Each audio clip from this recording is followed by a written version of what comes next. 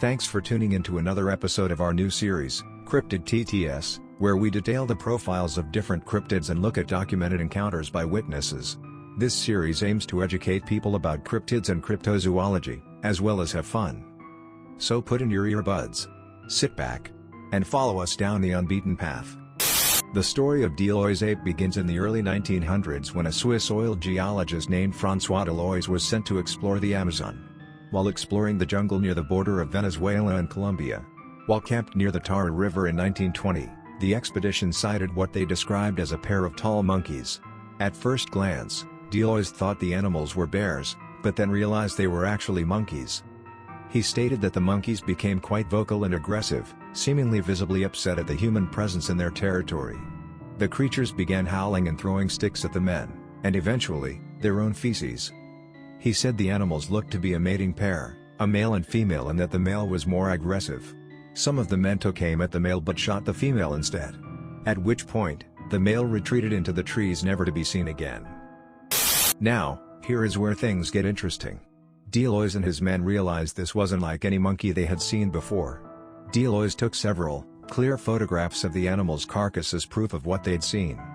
He set the body on a crate, propped it up with a stick, and took several photos of the creature.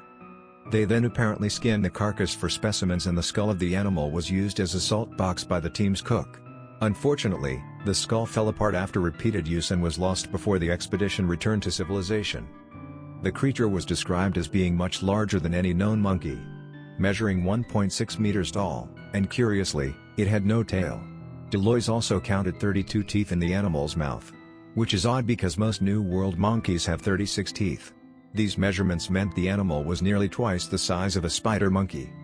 Upon returning, the team made no mention of the animal, and it wasn't until almost a decade later, in 1929, that De Loys mentioned the creature to someone and showed them the photographs.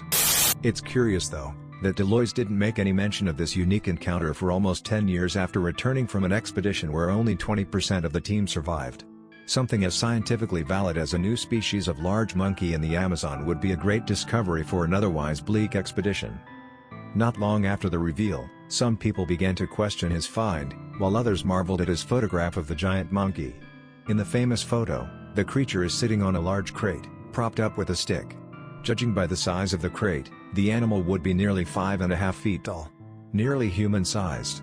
This is largely unheard of for monkeys, which are typically the size of a domestic cat or small to medium breed of dog, as monkeys tend to be agile and fast as they move through the trees. But this thing was the size of an adult human. And since it had no tail, it wouldn't be well suited to living in treetops without a prehensile tail to act as a fifth appendage. The animal was named De Loys ape, and given the Latin name Emeranthropoides loysi in honor of its discoverer. But ever since the photograph was unveiled, people have raised questions about the true identity of the animal, and details of the photograph. First, the animal is said to have no tail, which doesn't make a lot of sense for a monkey. It is true that no tail can be seen in the photograph, but it is commonly stated that the animal could have simply been positioned to hide the tail, obscuring it from view for the purpose of the photograph. Since there wasn't much in the way of photo editing in the early 20th century, many faked photos were simply staged, with subjects being rigged before the photo was taken.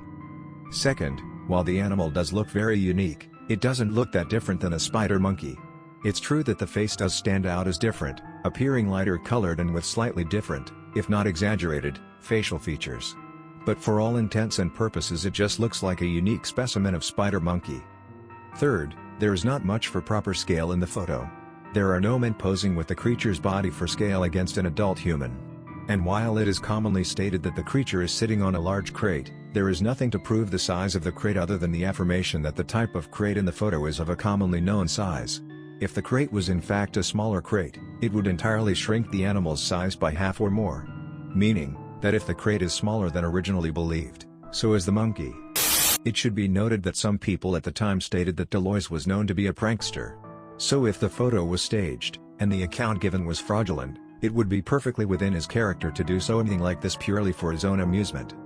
In fact, Dr. Enrique Tajera sent a letter to Guillermo José Esquil about the monkey.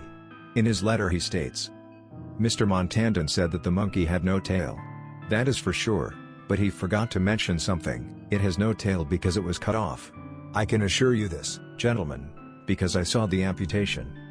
who is speaking here in 1917, was working in a camp for oil exploration in the region of Perugia. The geologist was Francois De Loys, the engineer Dr. Martin Tovar Lang. De Loys was a prankster and often we laughed at his jokes. One day they gave him a monkey with an ill tail, so it was amputated. Since then De Loys called him El Hombre Mano, the monkey man. Some time later I and Loys went in another region of Venezuela, in an area called Mané Grande. He always walked along the side of his monkey, who died some time later. De Loys decided to take a photo, and I believe that Mr. Montandan will not deny it is the same photograph that he presented today. In 1929 Montandan presented the Amaranthropoids in a public lecture. More recently, during a visit to Paris, my astonishment was great visiting the Museum of Man. On top of a monumental scale, filling the back wall, there was a huge photo with the caption, "The first anthropoid ape discovered in America." It was the photograph of De Loys, beautifully modified. The plants were no longer visible in the background, and it was not possible to understand on which kind of box the monkey was sitting. The trick is done so well that within a few years the monkey will be over 2 meters high. Finally, I must warn you, Montandan was not a good person. After the war he was executed because he betrayed France, his homeland. Sincerely, your friend Enrique Tejera. If true, this would be rather damning for the case of the creature being a new species, as it seems that De Loys simply staged the photo.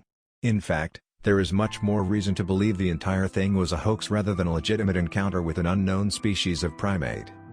The scaling in the photograph is not trustworthy and is vague at best. Creature itself looks for the most part like a spider monkey. So why isn't it a spider monkey? A missing tail can either be explained by obscuring it for the sake of the photo, or the story of De Loys' pet monkey with no tail.